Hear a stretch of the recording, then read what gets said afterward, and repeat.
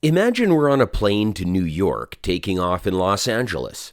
Just before takeoff, the pilot mistakenly adjusts the plane slightly by a little more than 3 degrees, nearly nothing. But if the plane kept flying in a straight line on its journey across the United States, we would end up closer to Washington, D.C. than to our intended destination of New York City. Just because of the impact of this slight change before takeoff, the pilot didn't even notice. And the same goes for our habits. Often, we don't notice tiny changes in our lives, but tiny changes in our habits can change the trajectory or direction of our lives in ways that we can't even notice because they leave an immediate impact. We are our habits, and a slight change in your daily habits can guide your life to a very different destination. If we are eating a bag of chips today, it won't make us overweight overnight. But if we have a habit of eating chips every day, we will likely have gained considerable weight after a year, even though we won't notice the change happening. If we would now decide to reduce the amount of chips from a full bag to a quarter of a bag every day, this change may seem small and insignificant in the moment, but over time it can lead to a significant reduction in our overall calorie intake and help us to lose weight. We won't necessarily see the impact happening in real time, but after a while, we will see the results of our habits. Let's say we have a goal of saving some money. One way to achieve this goal is to develop the habit of saving a small amount every day. Over time, it can add up to a significant amount of money. It's all about moving in the right direction, so keep watching this video until the end to find out how we can get ourselves on the right trajectory with the help of the main ideas from Atomic Habits by James Clear.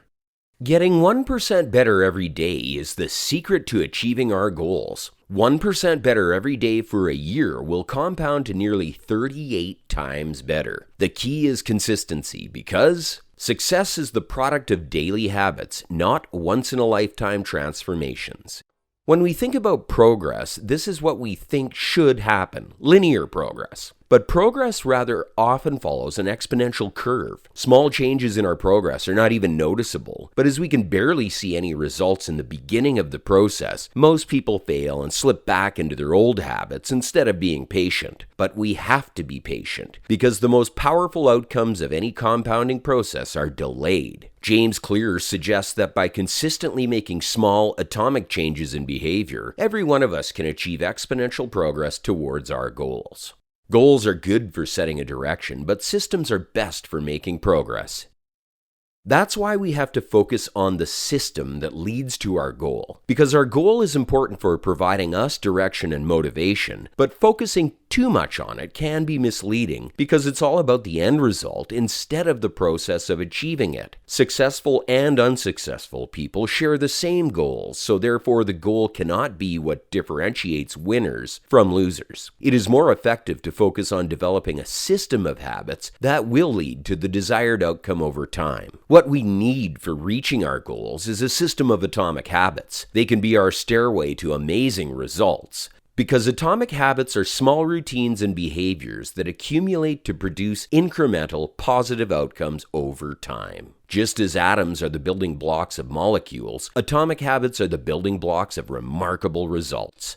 There are 3 ways to change our behavior. The first one is changing outcomes. These are quantifiable and can be measured, such as losing a certain amount of weight, getting a promotion, or saving a certain amount of money. The second way to change our behavior is changing our processes, what we do. These are the daily actions and routines, like a workout routine or developing a daily reading habit. The third way is changing our identity, the beliefs we hold about ourselves, our values, and characteristics that define our identity, our worldview.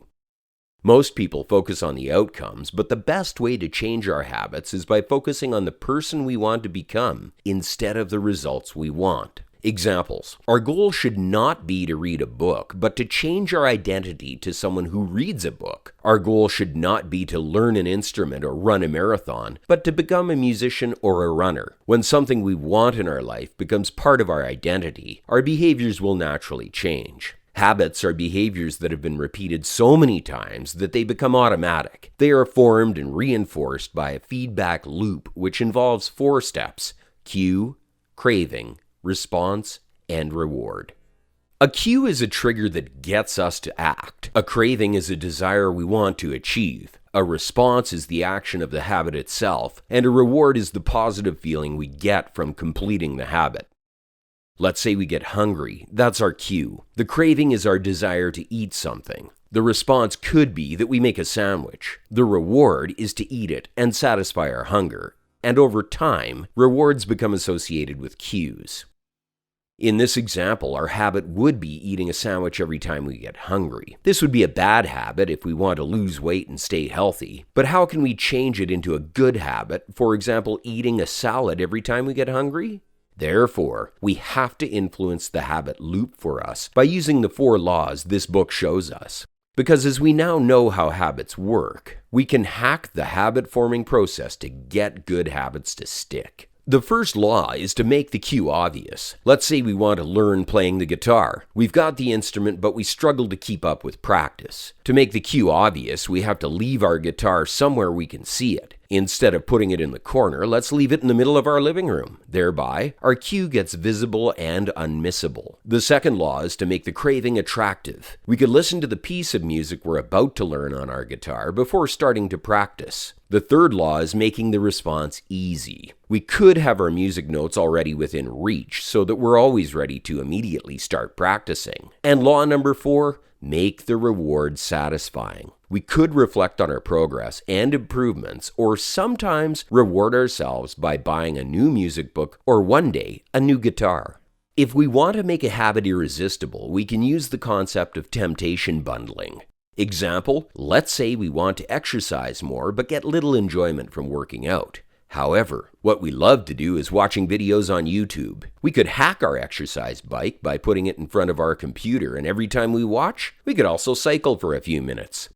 A habit is a dopamine-driven feedback loop. If we find a way to make unattractive but important tasks enjoyable, we can create positive habits smoothly. Another way to build a new habit is to make it as easy to adopt as possible. It's easy to scroll through social media, but studying a new language, for example, takes a lot of effort. But fortunately, there are some ways to make our desired behaviors easier, and thereby, chances are great that we can turn them into good habits. One way is reducing friction, because the more energy is required to do something, the less likely it is that we actually take action. Let's say we want to hit the gym. If it would take us 20 minutes to go there, chances are we will not. But if our gym is located just around the corner on our commute to work, we would greatly reduce the friction. If we find ways to reduce friction associated with the good habits in our life, it will become a lot easier. On the other hand, we need to increase friction associated with our bad habits. Let's say we want to waste less time in front of the TV, therefore we could unplug it or take the batteries out of the remote. From now on, we have enough friction to ensure we don't start watching without a cause. Another way to make it easy to start a new habit is the idea of the 2-minute rule. When we start a habit, it can be difficult to begin because the task seems too big. By breaking the habit down into small 2-minute tasks, it becomes much easier to start. Example, if we want to read more, reading a book for an hour every day would be a big habit. But by breaking the big habit into a small 2-minute task of reading 1 page, it becomes much easier to start and stick to the habit. Then we can gradually increase the time until we're reading for an hour every day.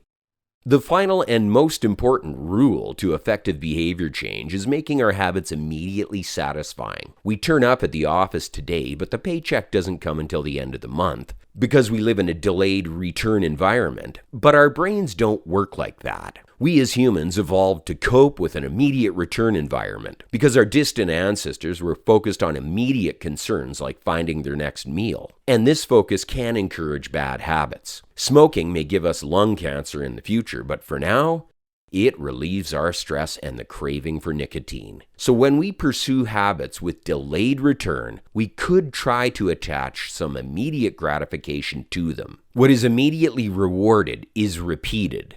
What is immediately punished is avoided. The immediate result of good habits is unpleasant, but the ultimate outcome is satisfying. The opposite goes with bad habits. We feel good about the immediate results, but bad about the long-term outcomes. So it's best to add a little immediate pleasure to our good habits that will pay off over time, and, on the other hand, add a little pain to those that will not.